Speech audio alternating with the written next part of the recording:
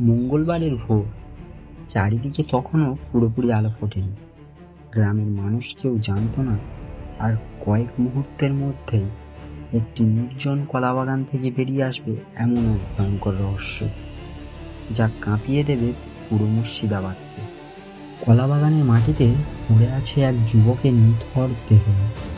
কোনো পরিচয় নেই, কেউ জানে না সে কে, কেউ জানে না কিভাবে তার মৃত্যু হলো।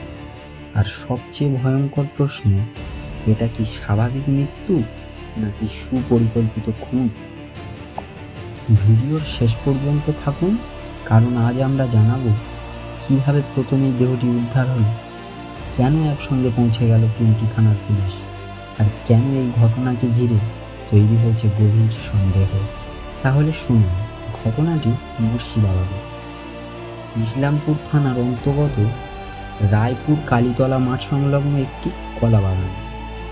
মঙ্গলবারের সকাল, গ্রামে এক ব্যক্তি প্রতিদিনের মতোই পাশের জমিতে জল দিতে গিয়েছিলেন। সব কিছুই ছিল একেবারে স্বাভাবিক। শান্ত সকাল, নির্জন মাঠ, হালকা কুয়াশা, চারিদিকে শুধু নীরবতা।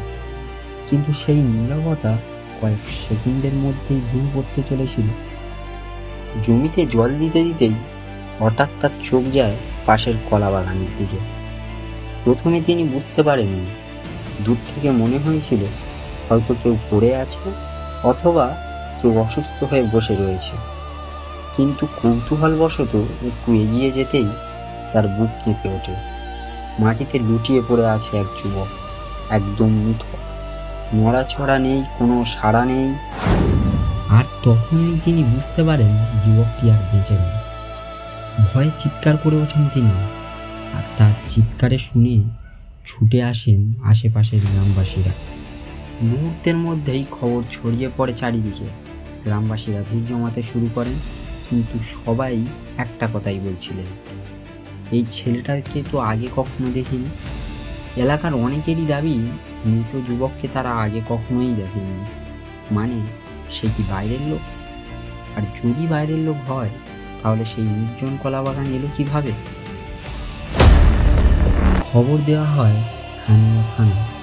পরিস্থিতির গুরুত্ব বুঝে দ্রুত ঘটনাস্থলে পৌঁছে যায় পুলিশ। কিন্তু এখানেই রহস্য আরও গভীর হয়। শুধু ইসলামপুর থানা নয়, ঘটনাস্থলে পৌঁছে যায় ডোমকলা, রানীনগর এবং ইসলামপুর, এই 3টি থানার পুলিশ। একসঙ্গে 3 থানার পুলিশ। এত বড় পুলিশ তৎপরতা দেখে স্থানীয়দের সন্দেহ আরও বাড়তে থাকে। এটা কিছু সাধারণ মৃত্যু